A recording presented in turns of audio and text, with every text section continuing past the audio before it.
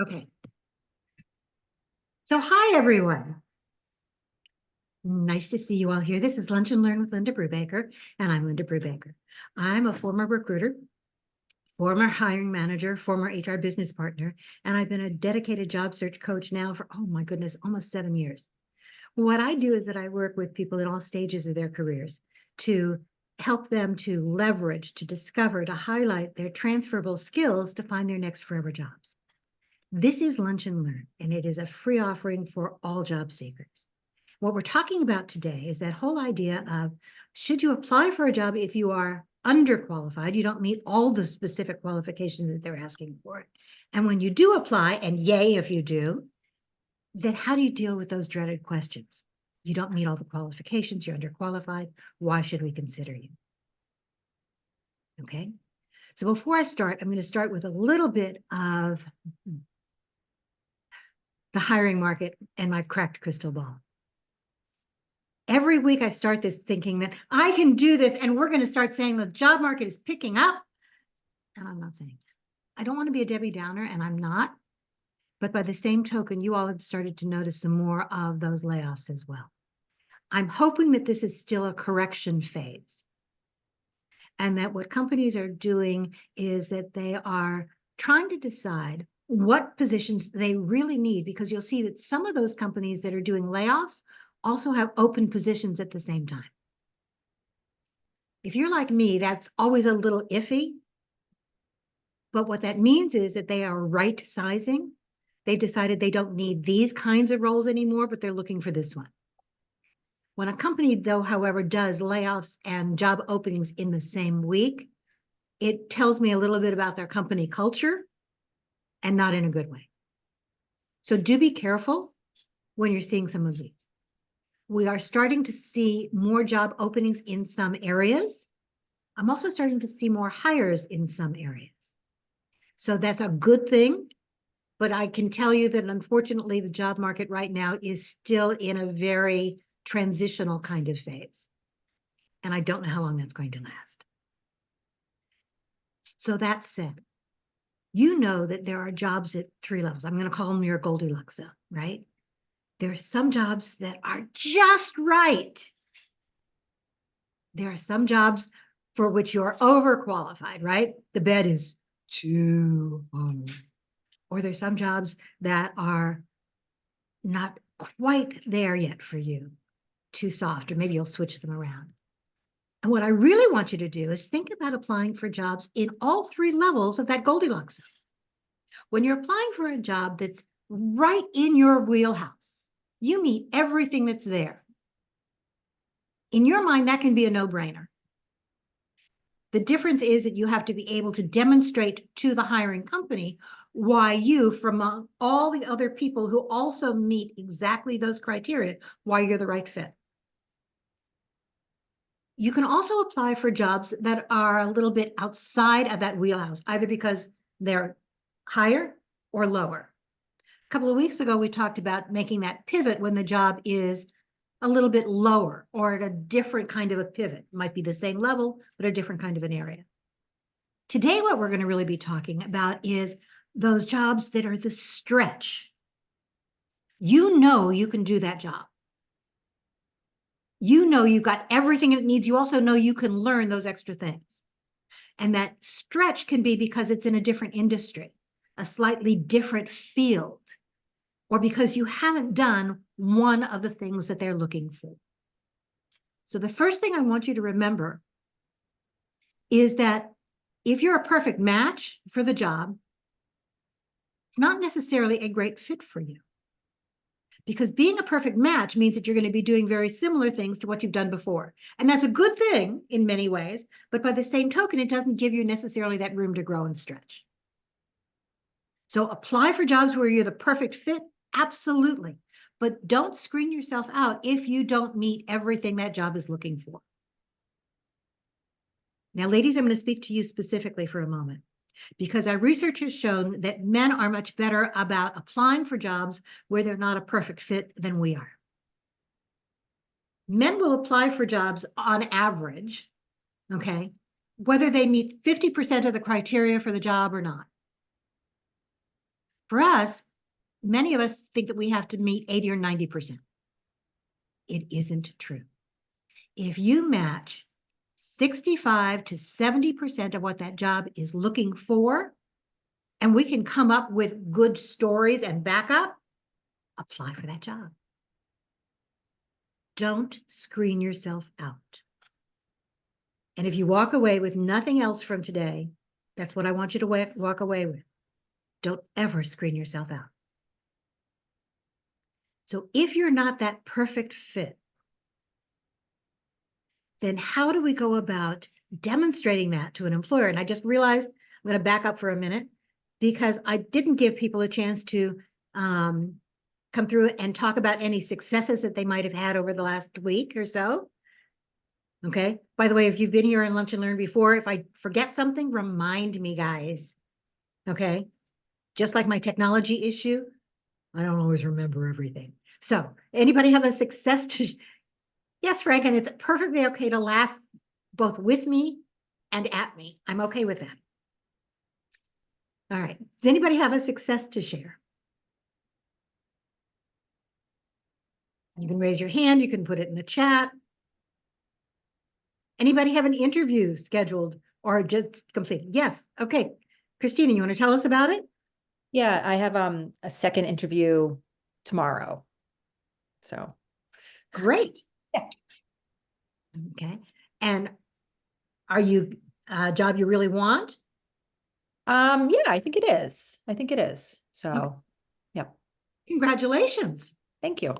So is this with the hiring team with if you had the HR and this is But yeah, I had the with the hiring manager a couple weeks ago, and this is more of a panel interview.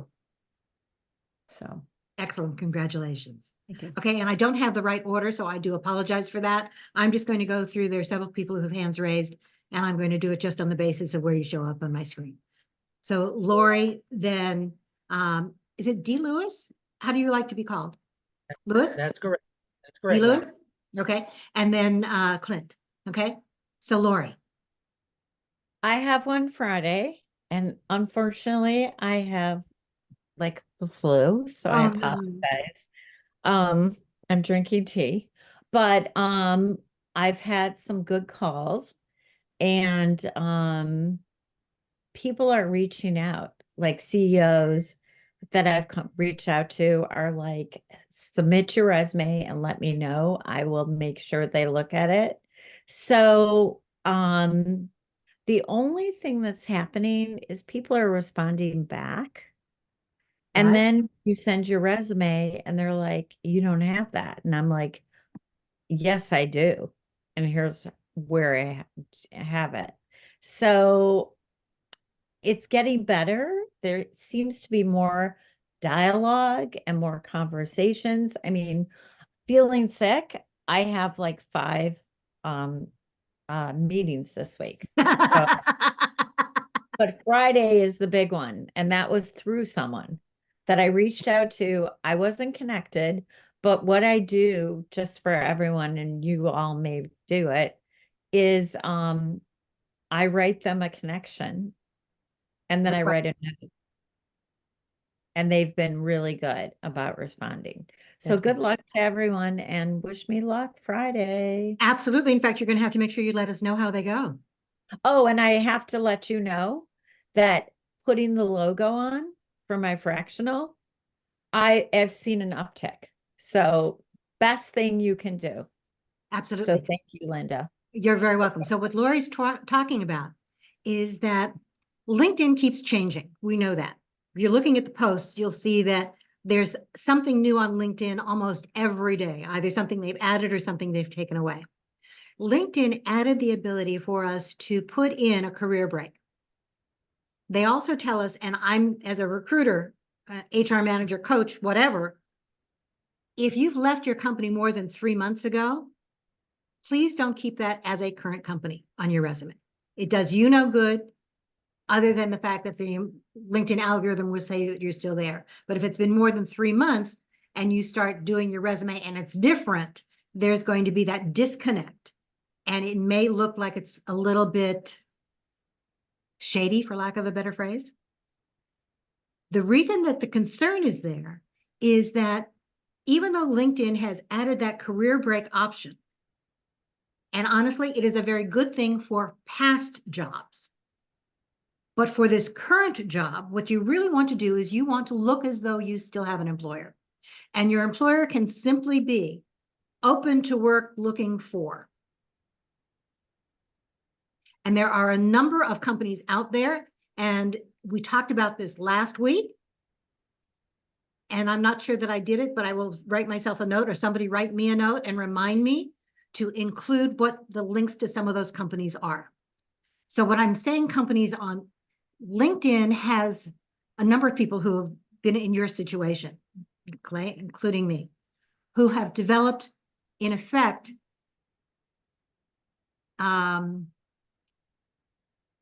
company pages for companies that really aren't companies.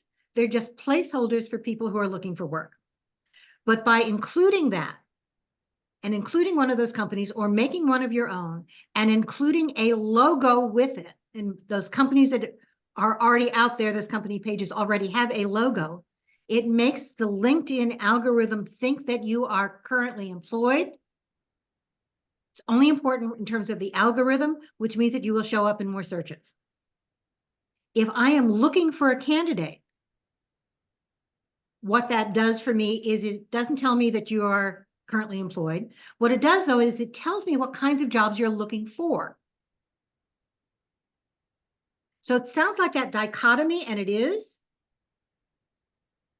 But sometimes I'm going to tell you these tricks that actually work.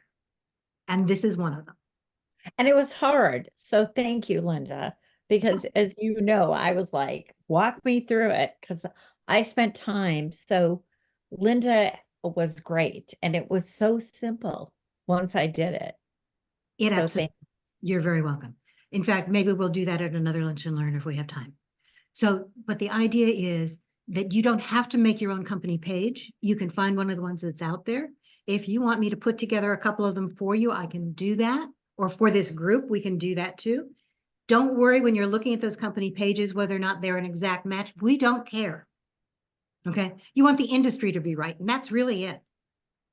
And you also informed me, don't worry about having followers. It doesn't matter. No, you can make the page inactive. I don't care. The idea is simply to have a page, which is why I say, if you don't want to worry about it, you don't need to. Find one that's already out there. And you can use that as a way of looking as though, for the LinkedIn algorithm purposes, that you are employed, and you're employed looking for a job in X industry, and you're looking for these job titles. So the company name is basically looking for opportunities in IT, and your job title is project manager, scrum master, whatever it is. So all of those things work. But it will, and I'm glad to hear that, Lori, that it started to work, is that it will make you more visible on LinkedIn. And that's one of the things that's important. Thank you. You're welcome. Thank you for sharing that. D. Lewis. I feel for Lori. I know how it is when you're not feeling well, but you want to push through your week, take interviews, calls, and barely have a voice. So I understand that. So my stuff has been working to the point of where I've had 3 companies reach out and ask me to do pre-screening questions, one of which is American Express Global Travel, yada, yada, long name, but that's a huge company. So I was like, oh, wow, I've never had them. Usually it's the rejection, thank you, but no thank you. So that was a huge start for me. And then Lowe's, as I applied, and then within 24 hours, I get a email from the recruiter, can we set up a 30-minute call? So I have that tomorrow with Lowe's. So again, these things are working for me, and I'm pleased. Especially with companies that are now sending me pre-screening questions. Of course, I hate those on one end because you're afraid you're going to say something and they're going to go, nope. So I'm trying to very carefully listen to people like you, Linda, and others how to answer them, but not think too hard. Just what's in my gut, I send it, and then if they like it, great. If they don't, I already had one company already reject me, which is fine. They probably already had their candidate, but Mhm. And that I'm- may well be. and I'm just pleased that I continue to get these, and I'll keep hopefully, getting past them, and at some point say I'm hired. That's perfect. And the idea is, as long as you can start getting some activity, that's what really counts. The idea is that we want to be able to generate that activity, and it not only makes you feel good, but eventually something's going to click. Well, Both and you as a- I'll add one other quick thing. I know there are a couple of people, but these were ones that were not networked in or anything. These are, again, ones that I applied for online, and I'm not poo-pooing the fact that we're always told, don't do too much of that. You need to network in or wait. Sometimes I just don't wait.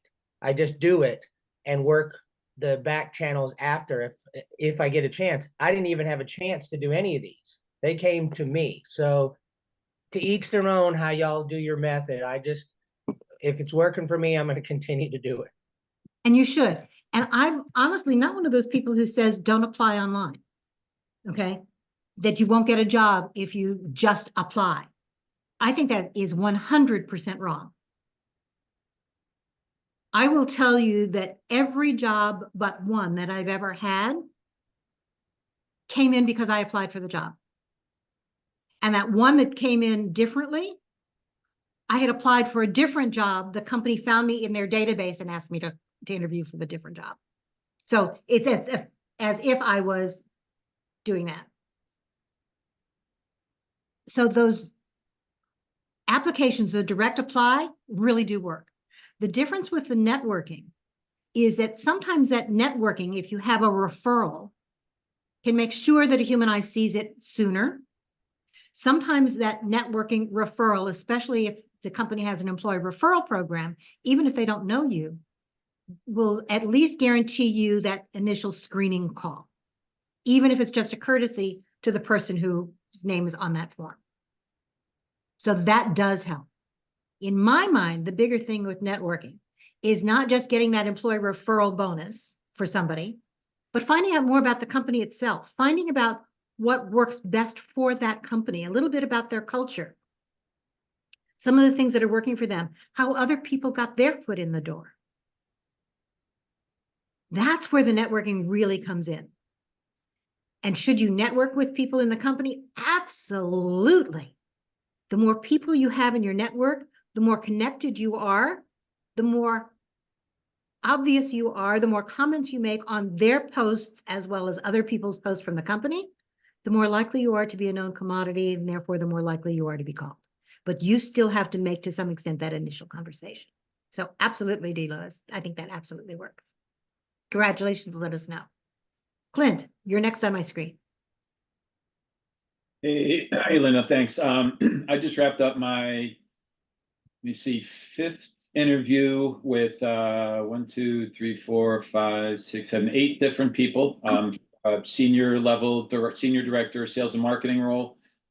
Yesterday's interview was in person with the president, executive vice president of Council of Affairs, and their HR VP. So I'm super, super excited. I'm trying not to get myself that excited about the role, but everybody I've talked to, the culture, the climate, the leadership, the transparency, the collaborativeness, this company is, it's really exciting. So I talked to the recruiter today. I've been dealing with an external recruiter and an internal recruiter.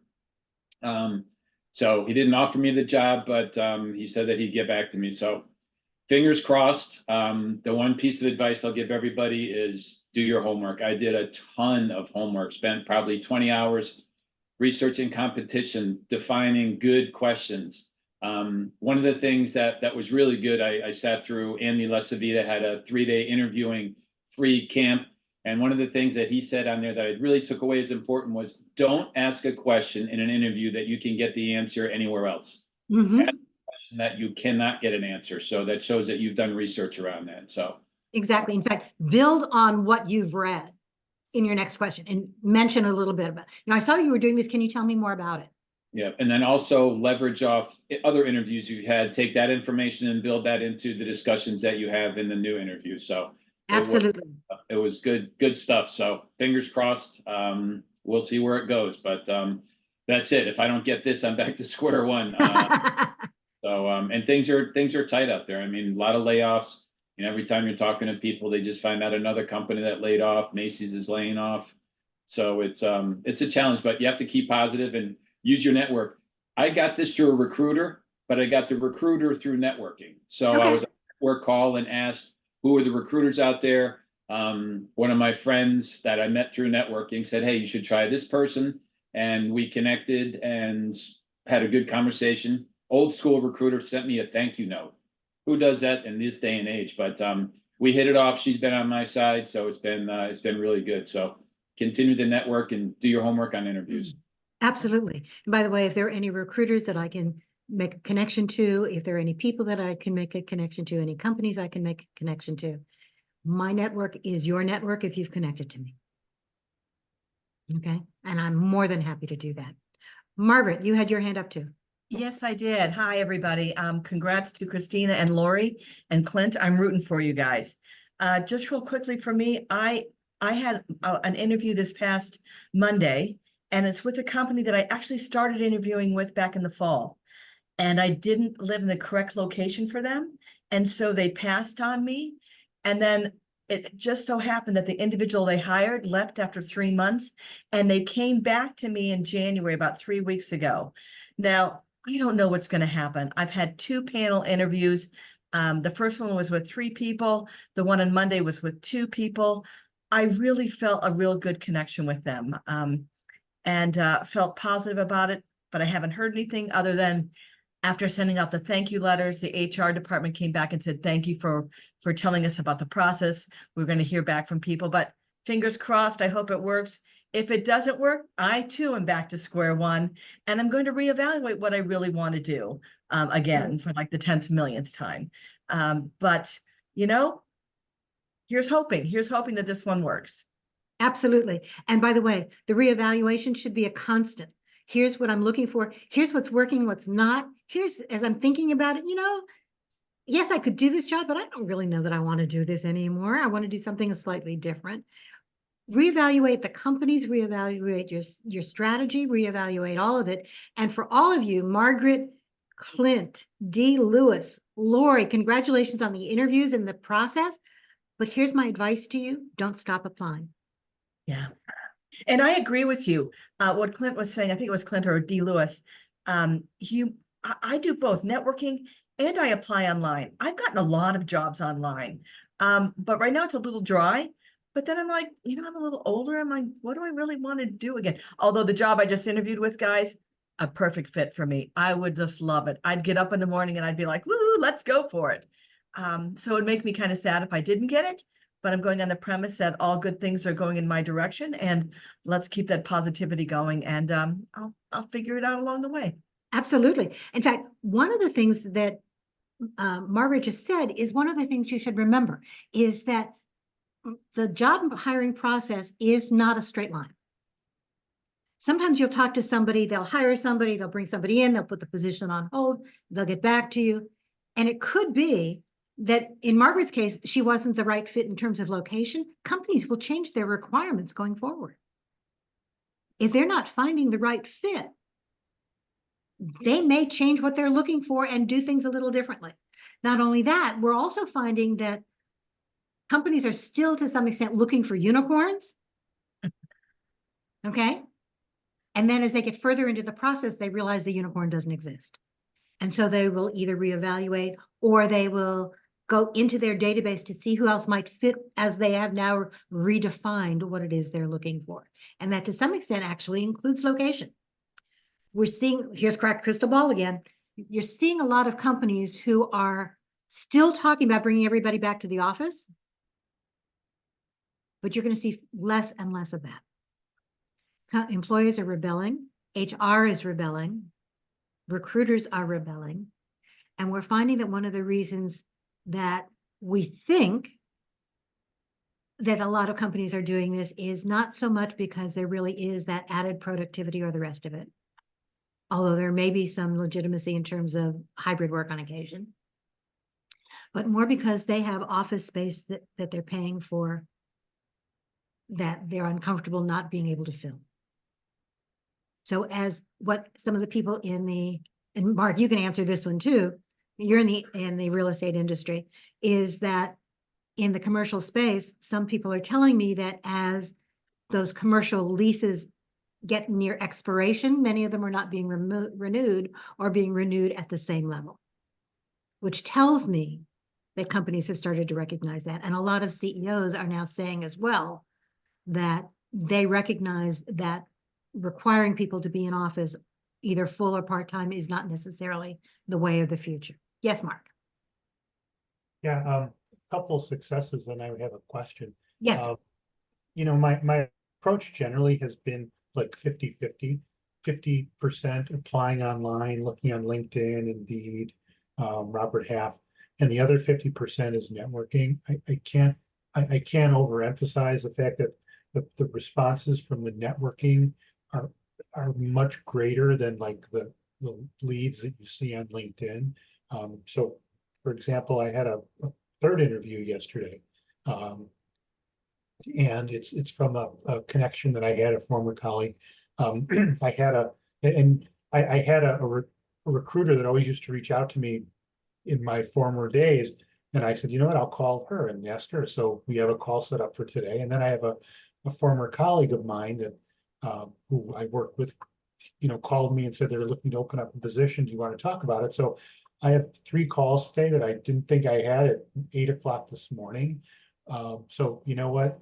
You just never know how the day is going to go, and you just need to be flexible. But the personal connection, again, I try the 50-50 approach, is, you know, do the personal connection, then, you know, do the online, because that, you know, has gotten some interviews. My question is, once you are going through the interview process and you have that personal connection, or you've gotten that interview through the personal connection, is it appropriate to like reach back out to them while the process is going on and saying, hey, just want to give you a heads up, I had an interview yesterday, I thought it went well, and, you know, just give them a high line view? Is that appropriate to do? I think it's great. In fact, when I would do it, I would say thank you, right?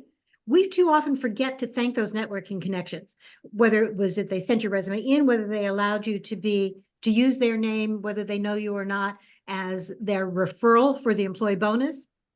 Absolutely, say thank you. Okay, great. Don't Thank you. ask them for more. Okay. What do you mean don't ask them for more? Hey, can you tell me from your end how it's going? Have you heard anything? What else? Oh, right. Yeah. You know what? I'm so impatient. That was my next question. So that's good to know. Yeah, the idea is to thank them for what they've done, and if they volunteer to do any more, that's up to them.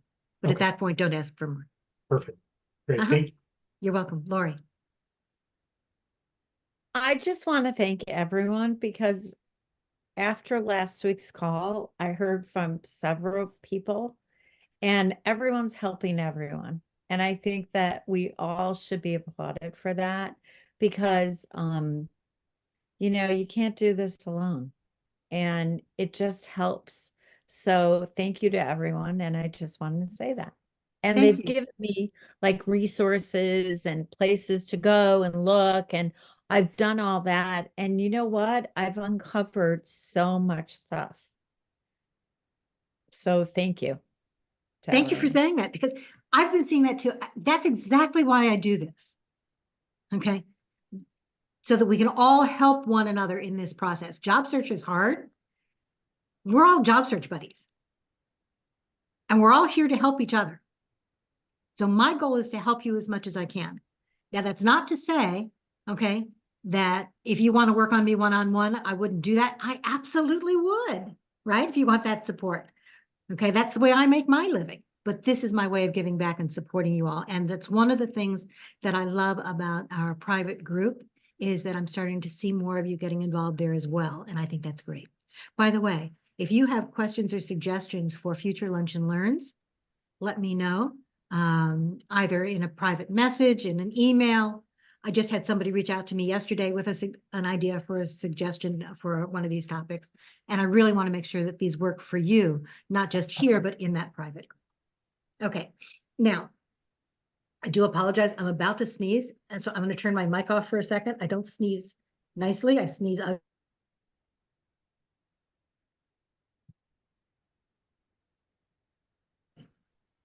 And there went the keyboard.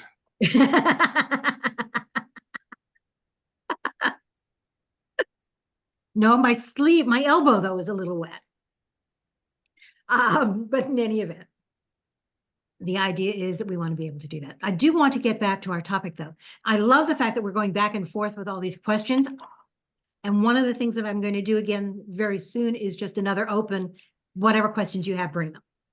Because I think that those are very useful, and it depends, the conversation then goes wherever we want to go. But I want to talk just a little bit. Okay, Lori, your hand is still up.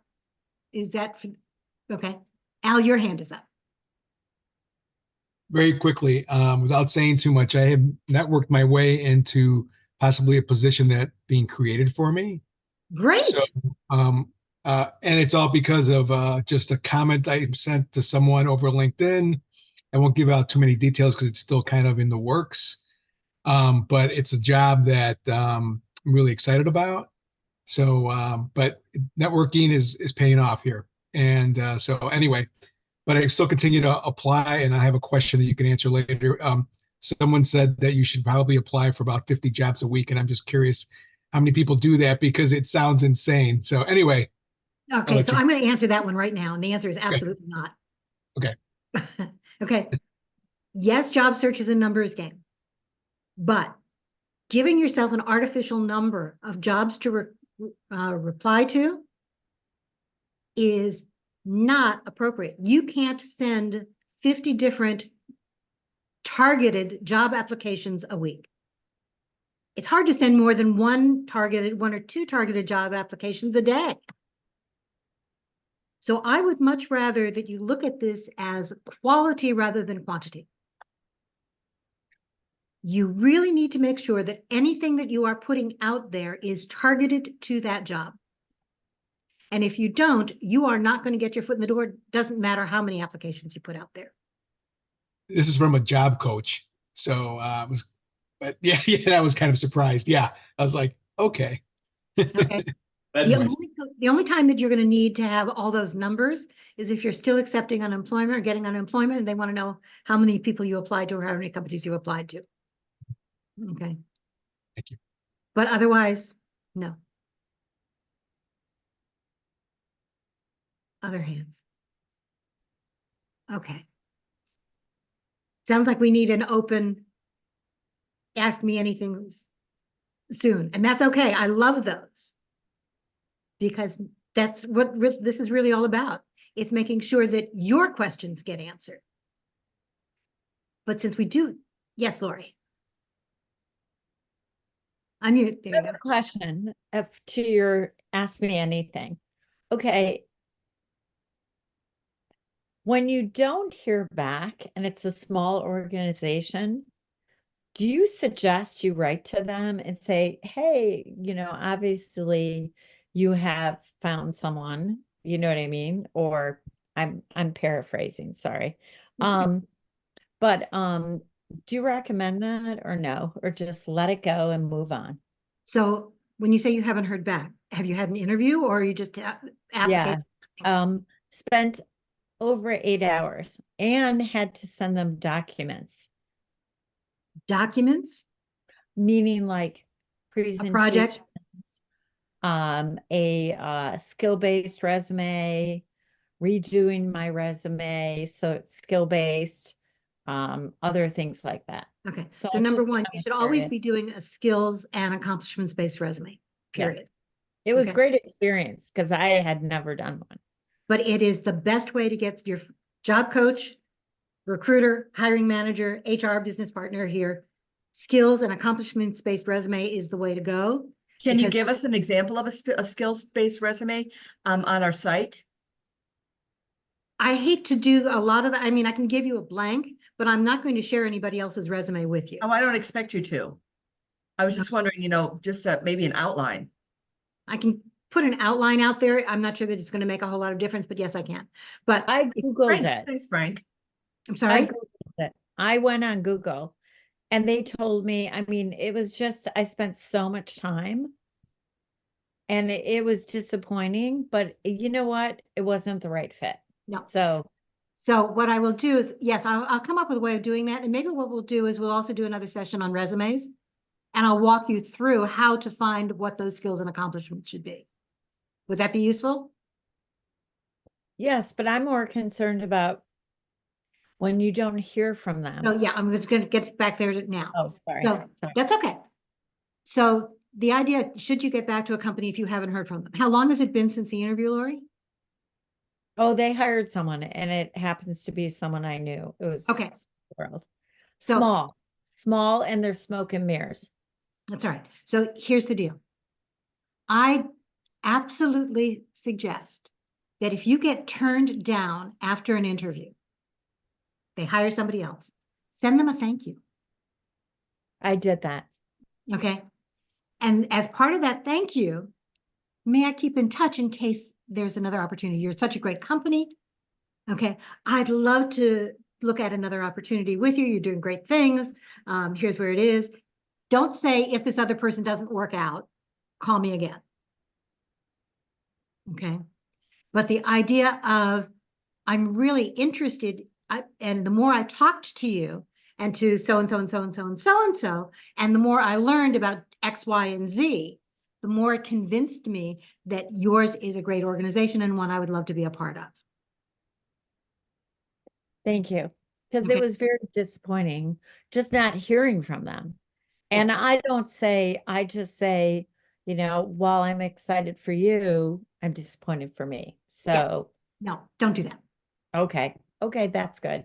Thank you. Okay. It's always the positive. I learned so much. I'm excited for you. And the more you do that, I have had companies reach back out when, in your case, for example, the person didn't work out. Now you're top of their mind. It is pretty crappy though, that for the amount of work and effort that you put into it, that you didn't at least get a no thank you or having a recruiter call you. That's just shabby. That's just shabby behavior from the recruiter. Not only Thank you that, so much. From the because hiring it- manager, I agree. I think that's disrespectful of Complete. the candidate, and you know what? Maybe you don't want to work there anyway. Good That's point. Well, exactly- it was, they wanted a deck, excuse me, and it was Thanksgiving. And I said, I have family, blah, blah, blah, and they were okay with that. But to spend 8 hours on Zoom calls and then send them the documents, thank God I didn't do, I redacted it, but they got information. Yep. And so, all right. Never give them anything that they can use Um, relative to anything for their company, like a strategy or anything like that, because I've heard companies doing that where they literally take a high level executive, they ask them, what would you do strategy wise? And then they don't get back to them and they basically got free consulting. So And that's exactly right. be careful with that. Be very cautious of what you're providing and don't be afraid to push back a little bit if it's something that they can use without you getting compensation for it. So my That was my recommendation, first time Yep. that I experienced that. And this person is I live in Chicago, and this person is pretty high level. So it was very disappointing. I would it is agree. Not disappointing. that I didn't get the job, just it tells me what they're like. And that's exactly right. It tells you a lot about the company culture and what it would be like to work there. But I agree in terms of the projects. You give them minimal, because otherwise it really can become free consulting. And unfortunately, Clint, I've seen that happen a lot. Yeah. Okay. The other thing is that when you're doing it, you're giving them this, and then you want the strategy. Now, if I were to work with you and had the opportunity to learn more about the company, here's the process I might go through, and you can see that more when we work together, as Got it. opposed to actually giving them the I just information. wanted to kind of warn everyone. That's a good warning. Yep, for sure.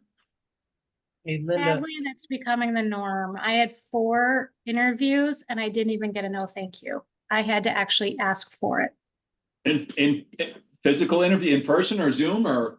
No, but I had 4 rounds of interviews and one with the vice president, and I waited a week. I didn't get a phone call. I didn't get an email. I got nothing. So I actually followed Oh. up today. A week to is not, ask- okay. Go ahead. I'm sorry, Stephanie. It was 1 week after the 4th interview. Okay, Really? really.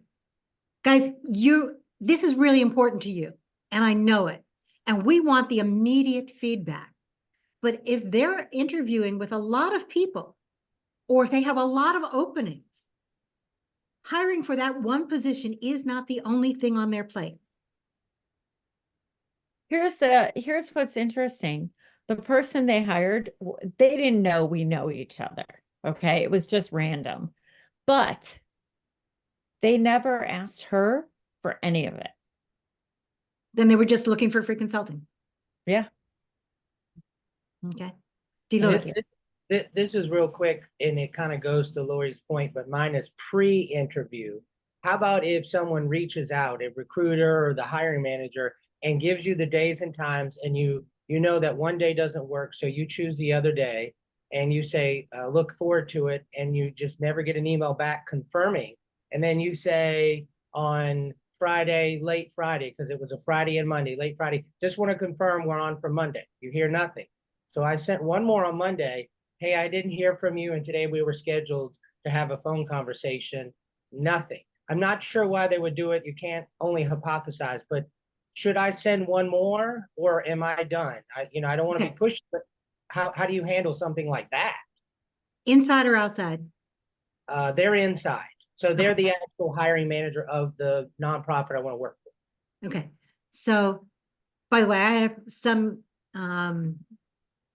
networking connections within some nonprofits, so double check and let me know at least who it is offline, and we'll see whether or not I have anybody there.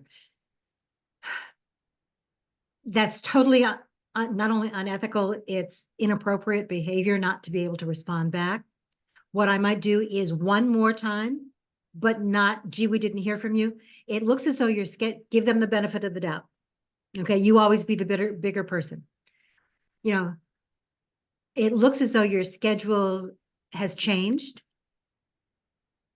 I'm still available on X and Y. Do either of those days work for you? And if not, let me know. And I'm happy to try and find a time that works around your schedule. I'm really looking forward to our conversation. Always positive, not why didn't it work? Why didn't I hear from you? Right. And I wouldn't have attacked it that way. I just wanted to see if I should send them any more emails. So I'll send that last one. And that would be the last one, and then walk away. Yes. Yep. Thank you. Okay. And Stephanie, you said you were concerned because you hadn't heard back a week after an interview. As I started to say, that is unfortunately not unusual. Even if they tell you that they will respond within 5 days, don't count them. Add an extra 5. Right. No, it was a 4th round interview with a vice president. Doesn't make any difference. How many people are getting invited to a 4th round interview? Probably 2 or 3. Okay, so you can't tell the other 2. But they may not have made a decision. Remember, if he's a vice president or she, they have other things to do in addition to hiring for that position. You don't know what else is going on in their work life or home life. Correct. I was reaching out to the recruiter, not the vice president. I was just saying the 4th round was with the vice president. No, I understand. But what I'm saying is that the recruiter, the vice president may not be able to make a decision yet, or may not have made a decision, even in terms of who else is moving forward. You don't know what else is on that person's plate.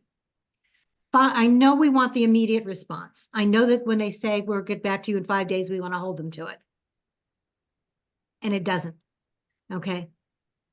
Having been on all sides of that desk, I can tell you that that is, as much as we'd like to say that that's exactly what's going to happen, it's not. If it has been an extra 5 days, I would wait the extra 5. They say that they're going to get back to you in 5 days. It's been a week, wait another week and then get back to them. And your only response is not, why haven't I heard from you? But I was so excited by our conversation. Mention it, almost do it like a second thank you note, but very short. Okay. Mention one thing, one additional thing you've learned about them from the news media, something. I'm really excited for the next steps. Looking forward to our next conversation. End of issue, be done. Never say, why haven't I heard from you? You said you were going to get back to me. No, no, that was not my message. My message was just reaching out to the recruiter if a decision had been made. Because I had not heard something. If you have somebody doing four rounds and you're only inviting 2 or 3, the 2 you didn't select, in my personal opinion, should get a no thank you. Oh, absolutely. But you're assuming that they have made the decision as to who they're moving forward with, Stephanie. They did. They've already made an offer to somebody else. Okay, so then they may be holding back until finding out whether or not that person accepts. They already did. Then you're right. Then that company is absolutely in the wrong. Thank you. You're welcome. Okay.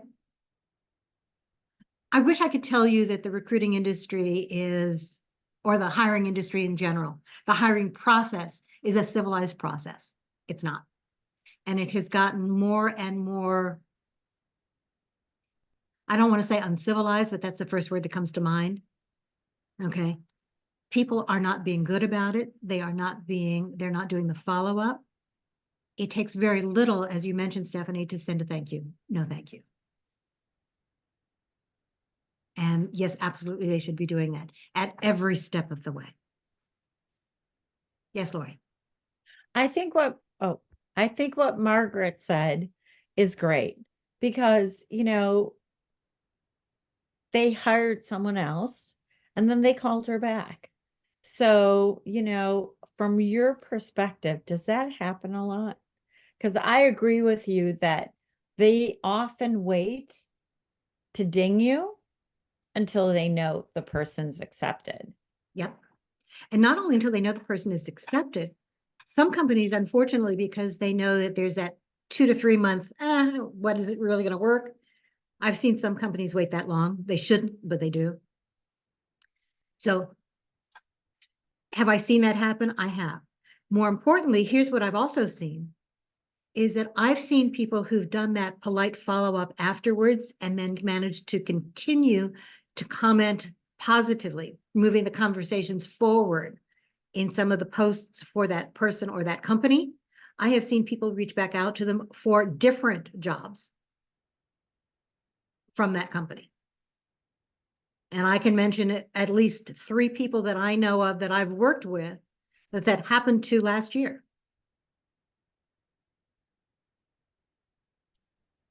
And they all took those jobs. Yes, Bo. So I don't know if you want to talk anything more about the topic. When you're ready, I've got a few tips to try and help people today. So you just tell me when. So why don't we do that now? We're at our hour. I'm more than happy to stay on for about another 15 minutes. Okay. If you all are open to that, you can drop off if you need to. I have no problem with that. Okay. So some tips to try and help you all. You know to go where the jobs are, right? In your networking, we talked about networking. We talked about how important it is. About 80% of all jobs are gotten by networking. So no matter where you live in this country and you're on this call, there are opportunities out there for things like Chamber of Commerce, progressive luncheons and breakfasts. I happen to be in the Chicago area. I'm going to mention 2 specifically to you, but in general, this applies to everyone, no matter where you are, because when you go to a Chamber of Commerce or, association or other things, networking event, you're out there talking with people who have jobs. And so here in Chicago on February 22nd, there is a multi-chamber networking event in Bloomingdale at 7:45 a.m. It's a progressive breakfast. And if you're not familiar with what a progressive meal is, you sit down at one table of about 8 people for your first course. Then you move to a different table and you get your second course. And the same thing with your third. You're guaranteed to talk with about 20 people. And when you go, the purpose of these progressive breakfasts or luncheons is to network. So you're expected to have your elevator pitch, you're expected to have your business cards, and it's a great way in a very short period of time. I go to these regularly. It's not unusual if you go early and stay late, which is a tip that I suggest, to have a decent conversation with like 35 people. So I recommend that to everybody on this call. There's also a second one coming up, also at the end of February here in suburban Chicago in Elgin. And this is kind of fun sounding, all right? So this is a scavenger hunt bingo lunch at a place called the Haight, H-E-I-G-H-T, in Elgin, Illinois at 11:30 in the morning. So just something that you may not have thought of, but I've found them successful. As Linda was saying, every job I've ever had in the last 20 years has been through networking. So just some tips to try and help you. One other thing real quick is your business librarian at your larger libraries. I've been in touch with a couple of different business librarians, and that's valuable for a couple of reasons. The number one thing that I want from them is ideally, hopefully, having contacts that can help me in my job search for something in sales and marketing for a business or nonprofit, but also all the database information they have and help that they can be that way to help you narrow your search for particular companies. So I hope that's of help to somebody. I'm Bo Smith. Absolutely. In fact, if you wanted to post those in the private group, and anybody else who has some of those networking events, share them in our private group. It's another way for people to know about them. By the way, Bo, I did not say that 80% of the jobs that I'd gotten had been through networking. Only one of the jobs that I got in my entire career has been through networking. And even that was because somebody had seen my resume in their database and knew my name. Okay. But otherwise, I'm a firm believer in both the networking as well as the direct applications. Okay. Talk just a little bit about applying for jobs and answering those questions and really positioning yourself when you're not a direct fit. And maybe we'll do this again for another Lunch and Learn down the road. But the idea is you need to be able to demonstrate, and using that skills and accomplishments-based resume, as well as your skills and accomplishments-based answers to your questions, you need to demonstrate why you're a good fit. So let's say that there's a specific skill that you're missing, and you're noticing that in 10 of the 20 jobs you're looking at, they're all looking for that same thing. Sign up for a quick little class. Okay? You don't have to have finished it. You don't have to be an expert. But if you signed up for a class, you can still add that to your skills section. Okay, Salesforce is the one that comes to mind. So you put Salesforce in your skills section, and in your education, you're going to make that education and related training or relevant training currently enrolled in, which does two things. One of which is it says you're being proactive in terms of building that skill, but it also says, not only am I willing to learn new things, ta-da, I'm taking the initiative to do it on my own. And that's a good thing. So that's number one. Number two, let's say again that you don't have the relevant thing that they're looking for. Turn it to your advantage. Never say, no, I don't. It's always yes, and. You don't have that? Yes.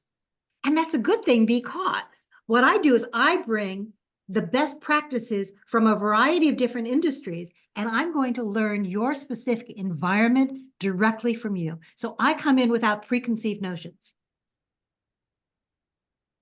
Best practices, learn from you. You have the best of both worlds.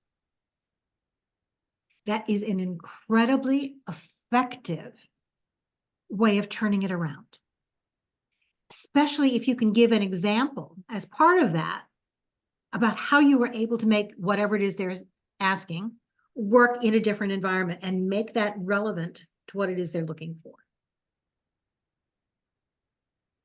One of the cases where I've seen that very useful is when you're trying to transfer your skills, make that career pivot from either one kind of career or one industry to another. The broader your experience that you can bring gives them that different perspective. So it's not always going to be that been there, done that, can't do it that way because it didn't work before. So turn the don't have into a positive. You don't have experience here? Yes, you're right. And that's a good thing, because here's what I bring. Never say you don't have. Always make it a positive yes and. The word no should never be in your vocabulary. During an interview, there are only 3 questions that I really want you to be able to answer either just yes or no. Are you legal to work in the US?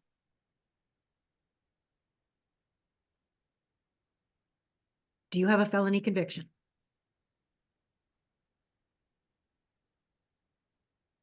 Actually, only 2. I can't think of a third. Oh, the third, are you open to relocation? Okay. But otherwise, those are really the only 3 questions that I want you to be able to answer just yes or no. Everything else, you can tell the story, and the story is what's going to sell you into the position.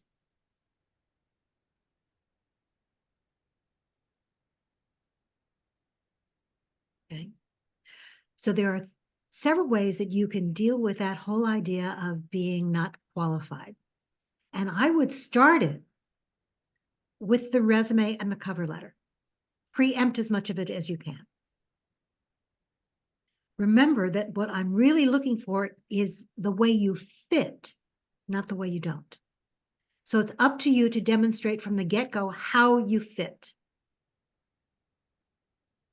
Emphasize in the resume and in the cover letter what you have that will help them solve their problem. Because remember, that's what a position is all about.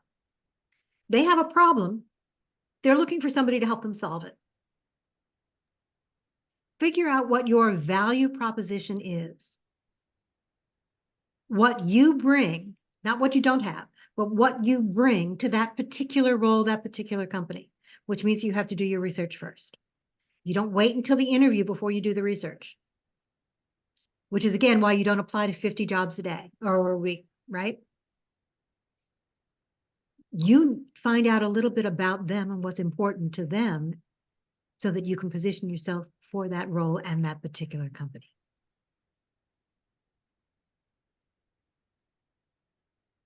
It absolutely is. The story is what's going to sell you into the position without a doubt. The resume gets your foot in the door. The stories, the conversations, that's what gets you the job. So you have to make your resume strong enough, focused in on what they have, what they need, what you bring, so that it really does become you that they want to talk to. Now, I'm seeing some companies, again, using some of those screening questions after you've had that interview or that resume submission. I'm not a great big fan, but I am seeing some, especially for companies that's feeling they're getting a lot of responses to their resumes or their openings. Don't be turned off by the fact that there are large numbers of people applying. Recruiters are still saying that, unfortunately, too many people are doing the spray and pray approach. Oh, sure, I can do that. So I'm just going to send my standard resume, right? You figure out how I fit. I can always learn that. I know you can. They don't know you. They want to know what you've done and what demonstrates that you can learn and what you can demonstrate that shows what you can do for that particular job. So when you're getting those screening questions, unfortunately, because it is part of the application, and an application is a legal document, be careful about how you answer them. Okay? Don't say you have something if you don't. But if you have something related, I'm going to say you got it. So in many cases, they're going to say, do you have a degree or relevant related experience? You all have that. The key word is related. And then it's up to you to demonstrate how it relates in that interview, in that process. Yes, DOS. Sorry, quick question on maybe pre-screen on your actual application. There are a lot of questions that the companies put in there that are make you throw for a loop. For example, more personal information, which Again, I never share the social security number. I make up a number, driver's license, all that stuff. I Okay. make it up. But yeah, I know. And I knew you were going to do the timeout. The other one is like some sort of questionnaire. And I hate to say this. Have you been on SNAP and you do all that stuff? Because they said it's a federal regulation. Just throwing that out there for you to kind of comment on, because I've been getting a lot of those on these applications. And I'm like, what? Well, I don't know exactly what to do. I don't want to lie, but I don't want them to have all that. Yeah. Okay. Exactly. And in my view, there is no reason to do it yet. So here's the reason that they ask that. There are some federal tax rebate programs for employers who are hiring people who are coming off of some of those federal programs. One of the things that would concern me for some of the jobs y'all are looking for, number one, there's no reason for them to ask that, and more HR people are fighting against that up front. If you're seeing those, it's being pushed forward by the accountant and the legal team, not by HR. My feeling would be, who's sending you that questionnaire? Okay. Is it an automatic when you send in the application, and where are you sending the application in from? Are you sending it directly to the company? Or are you applying through Indeed? These are coming from online directly through their websites. Their website. So part of it might be the type of position that you're applying for, the type of, may I ask the kind of company? One of them is in the grocery business, That's in retail. So a lot of them are asking that. okay. And that may be because of that particular industry. Okay. What I would do would be to try and say, you know, either put in the fake numbers,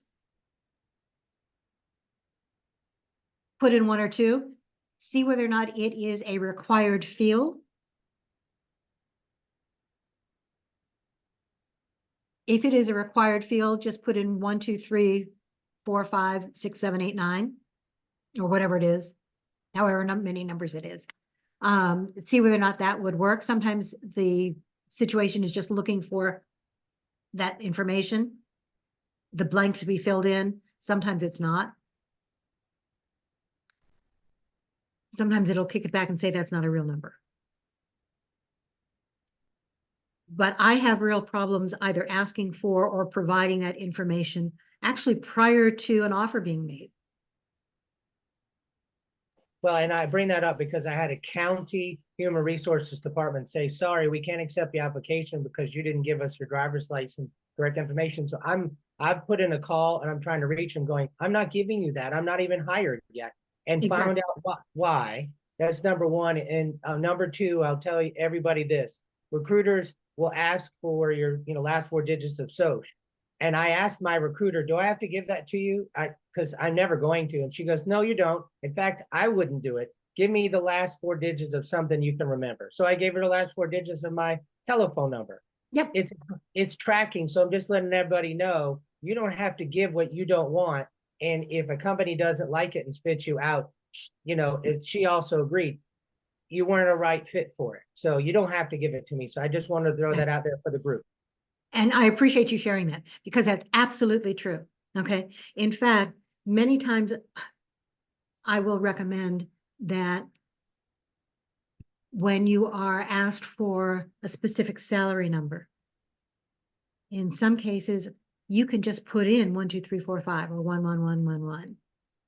Okay. Some companies will reject that. Some will put it in. In my instance, I always recommend if you can avoid that question, then avoid it because you want them to provide it first. And now in some states, by the way, it is illegal for the company to ask past salary. Illinois is one of them. So double check with your own situation first. We're hoping that more and more companies are going to be transparent about what the actual range is so that you'll have an idea first, but otherwise it's really a screen out question. It's not a screening. And I'm deviating again. I'm going to do it anyway. If they do say, you're required to put in a salary number, and you're putting in one just to get your foot in the door, remember that the only reason they're asking for salary is not to say, yay, you earned this much, that's great, we know that we're going to match it and above. Okay, they want to see how low that they can get away with. And as a recruiter, unfortunately, that is true. But if you put one in, don't feel like you have to stick to it at the end of the interview. If they're asking you the salary question, even at the beginning of the interview process, what are you looking for? Based on what I know now, I think I might be looking for this. Or can you tell me what the range is? And I'll tell you if I can work within it. But if you have to give them a number, it's based on what I know now. This is what I'm thinking about. Based on my current research, this is what I'm thinking about. At the end of the interview, when they make you an offer and they ask you again what you're looking for, or they're making you an offer that's a little different than you were looking for, now that I know more about the position and you know more about me, I was really hoping for something more in the line of, how close can we get? But by saying based on what I know now, you're leaving yourself open for that kind of a negotiation.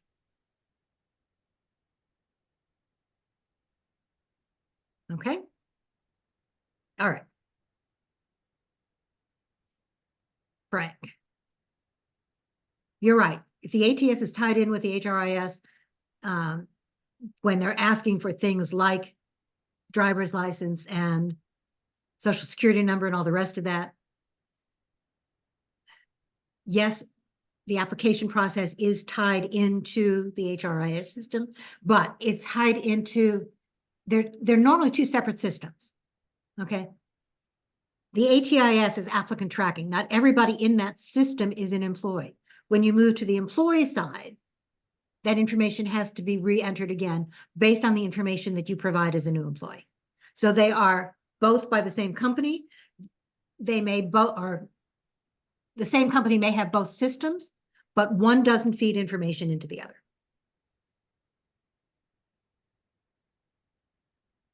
Okay. All right. What I'm going to do is I'm going to stop the recording. Figure out how.